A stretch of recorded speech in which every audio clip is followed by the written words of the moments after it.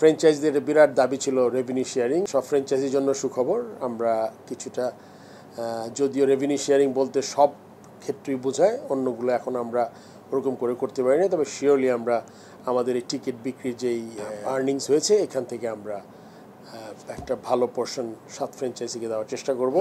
শুনছিলাম বিসিবি সভাপতির কথা এবং তিনি বেশ স্মাইলিং ফেস, হ্যাপি এবং কনফিডেন্ট মনে হলো, কারণ তিনি বিপিএল ফ্র্যাঞ্চাইজিদের জন্য একটা সুখবর দিতে পেরেছেন এবং এই প্রথমবারের মতো কোনো না কোনো পর্যায়ে বিপিএলের থেকে, বাংলাদেশ প্রিমিয়ার লিগ বিপিএলের ক্রিকেট থেকে এতগুলো সিজন হয়ে যাওয়ার পরে এসে ফ্র্যাঞ্চাইজি মালিকরা যেটা অনেক দিনের দাবি সেটা তাদের কিছুটা হলেও পূরণ হতে যাচ্ছে, অর্থাৎ তারা একটা সামান্য পরিমাণ রেভিনিউ কোনো না কোনোভাবে পাবেন। এটা কিন্তু খুবই খুবই একটা, আমি বলবো একটা বিগ লিপ, একটা বিরাট বড় খবর। ফারুক আহমেদ যখন বিসিবির দায়িত্ব নেন তখন বিপিএলটা ছিল তার একটা বড় চ্যালেঞ্জ এবং তিনি এই বিপিএল নিয়ে অনেক আশার কথা, স্বপ্নের কথা বলেছিলেন। বেশ কিছু সেলিব্রিটি, ইন্টারন্যাশনাল সুপারস্টার তিনি আনতে চেয়েছিলেন এই বিপিএলের উদ্বোধনী নিয়ে অনেক কথা হয়েছে, বিপিএলের ফ্যান পার্ক করার কথা ছিল, বিপিএলের জন্য একটা দেশব্যাপী অনেক বড় আলোড়ন তিনি করতে চেয়েছিলেন এবং একটা নতুন বিপিএল, নতুন ব্র্যান্ডের বিপিএল তিনি করার একটা ঘোষণা দিয়ে এসেছিলেন, যেগুলোর ঘোষণাগুলো অ্যাকচুয়ালি বাস্তবায়িত হয়নি।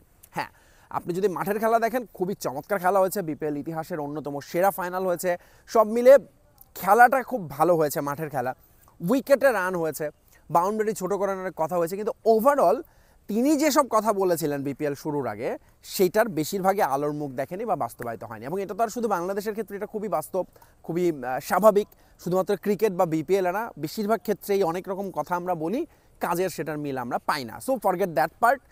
যে পার্টটা নিয়ে কথা বলবো সেটা হচ্ছে বিসিবি সভাপতি ফারুক আহমেদ ঠিক কী ঘোষণা দিলেন ফ্র্যাঞ্চাইজি মালিকদের জন্য। তিনি প্রথমে যেটি জানিয়েছেন যে এই বিপিএলটা তিনি সফল বলেছেন, মনিটারের দিক থেকেও আরেকটা বড় সাফল্য আছে তার, সেটা হচ্ছে এই প্রথমবারের মতো বিপিএল টিকিট বিক্রিটা হয়েছে অনলাইনে একটা বড় অংশ এবং সেখান থেকে বিসিবি যে আর্নটা করেছে, বিসিবি সভাপতি যে পরিসংখ্যানটা দিয়েছেন সেটা হচ্ছে 12 কোটি টাকার উপর। এবং তারপরের লাইনটা তিনি যেটা বলেছেন এটা বোঝানোর জন্য যে এর আগের যতগুলো সিজন বিপিএলের একদম 1 থেকে শুরু করে গত বছর পর্যন্ত যতগুলো বিপিএল হয়েছে তার সবগুলো মিলে এই টিকিট বিক্রি থেকে আর্ন হয়েছে 15 কোটি টাকা। সেখানে শুধুমাত্র এইবার অনলাইনে টিকিট বেচে বিসিবি আর্ন করেছে 12 কোটি টাকার উপরে। এর সাথে যোগ হয়েছে তারা টিকিট বিক্রি সত্ত্ব যেটা বিক্রি করেছে 3 বছরের জন্য 3 কোটি টাকায়, অর্থাৎ প্রতি বছর 1 কোটি টাকা করে পাবে, সেটাও তিনি ধরলে সেটা 13 কোটি টাকা পেরিয়ে যায় এবং এইটাকে তিনি একটা বড় সাফল্য বলেছেন। চমকটা দিয়েছেন বা ঘোষণাটা দিয়েছেন এর পরেই, যেটা আসলে একটা দারুণ বড় খবর, আমি যেটা মনে করি ফ্র্যাঞ্চাইজি মালিকদের জন্য একটা স্বস্তি দিবে। এমনিতেও এবার কিন্তু ফ্র্যাঞ্চাইজি মালিকরা আপনি যদি দেখেন ফার্স্ট, সেকেন্ড, থার্ড, ফোর্থ পর্যন্ত একটা ভালো অ্যামাউন্ট তারা পেয়েছে সবাই বিপিএল থেকে। টিকিট বিক্রির কথা বলে ফারুক আহমেদ যেটা বলেছেন বিসিবি সভাপতি, যে টিকিট বিক্রি থেকে একটা অংশ টাকা তিনি প্রথমে যখন ফ্র্যাঞ্চাইজিরা তাকে দাবি জানায় রেভিনিউ শেয়ারের, তখন আসলে বিসিবি সভাপতি বলেছিলেন যে আমি আসলে এখনও জানি না ঠিক কী পরিমাণ রেভিনিউ হবে বা কী হয়, সো আমি এখনই আপনাদের কথা দিতে পারছি না। সো বিপিএল শেষ হওয়ার পর তিনি যখন দেখলেন যে তার টিকিট থেকে একটা রেভিনিউ আছে, সেটা তিনি শেয়ার করতে চেয়েছেন এই ফ্র্যাঞ্চাইজিগুলোর সঙ্গে, 7টা ফ্র্যাঞ্চাইজির সঙ্গে, এবং ভালো অ্যামাউন্ট তিনি বলেছেন। এক্স্যাক্টলি কত ফিগারটা তিনি বলেননি, কোন মোডে কীভাবে হবে। আবার তিনি এটাও বলেছেন দেনা পাওনা নিয়ে অনেক ব্যাড নিউজ হয়েছে, অর্থাৎ সেটাও আরেকটা সংকটের জায়গা আছে এবং সেটা কিভাবে কাটাবে বিসিবি সেটার ব্যাপারেও তিনি পরিষ্কার কিছু বলেননি, কারণ এখনও পর্যন্ত দেনা পাওনা একটা বড় ইস্যু হয়ে থাকছে বিপিএলে। আজকেও এই 2-1 দিন আগে পর্যন্ত ইয়াশা সাগরের সঙ্গে চিটাগাং কিংসের চিঠি চালাচালি চলছেই। তো সেই সব বাদ দিলে ওভারঅল এই দিকটা চিন্তা করলে, শুধু টিকিট বিক্রির দিকে ফোকাস করলে, যেটাতে আসলে অনলাইনে দিয়েছিল বিসিবি 35 থেকে 40% টিকিট, এবং এই টিকিট নিয়ে কিন্তু এবার বেশ গ্যাঞ্জাম মারামারি আমরা দেখেছি, ঘটনাগুলো হয়েছে। এইসব ভুলে গেলেও আমার মনে হয় ফ্র্যাঞ্চাইজি মালিকদের জন্য একটা স্বস্তির খবর দিয়েছেন ফারুক আহমেদ। অ্যাটলিস্ট একটা স্টার্ট তো হলো রেভিনিউ শেয়ারিংয়ের, যেটা হয়তো আগামীবার আরও নতুন মোডে নতুনভাবে করা হবে এবং সেক্ষেত্রে তখন ফ্র্যাঞ্চাইজিগুলোর একটা দায়বদ্ধতা তৈরি হবে বিসিবির প্রতি, যে কীভাবে তারা বিসিবিকে এনশিওর করবে যে আমরা দেনা পাওনা নিয়ে কোনো রকম ঝামেলা করব না, যেটা খুবই জরুরি। মজার ব্যাপার হচ্ছে বাংলাদেশ এখন চ্যাম্পিয়ন্স ট্রফি খেলতে গিয়েছে, পাকিস্তান এ দলের সঙ্গে প্রস্তুতি ম্যাচ খেলছে, সেখানে খুব একটা ভালো করে নাই বাংলাদেশ দল। বাট বাংলাদেশ দল যখন ব্যাট করছিল ওই সময়টাই বাংলাদেশের বিভিন্ন সময়ের অধিনায়কদের নিয়ে বিসিবিতে বসেছিলেন ফারুক আহমেদ। সেই অধিনায়কদের মধ্যে অবশ্য অবধারিতভাবেই মাশরাফি সাকিব ছিলেন না বা দুর্জয় ছিলেন না, আবার তামিম ইকবাল দাওয়াত পেয়েও তাকে আমরা দেখতে পাইনি।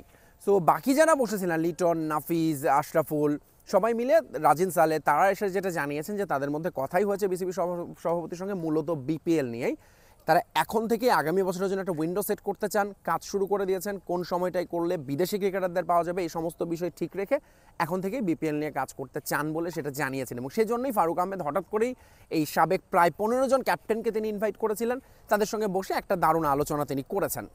আগামীর বিপিএল নিয়ে আমরা এখনই কাজ শুরু করে দিয়েছি।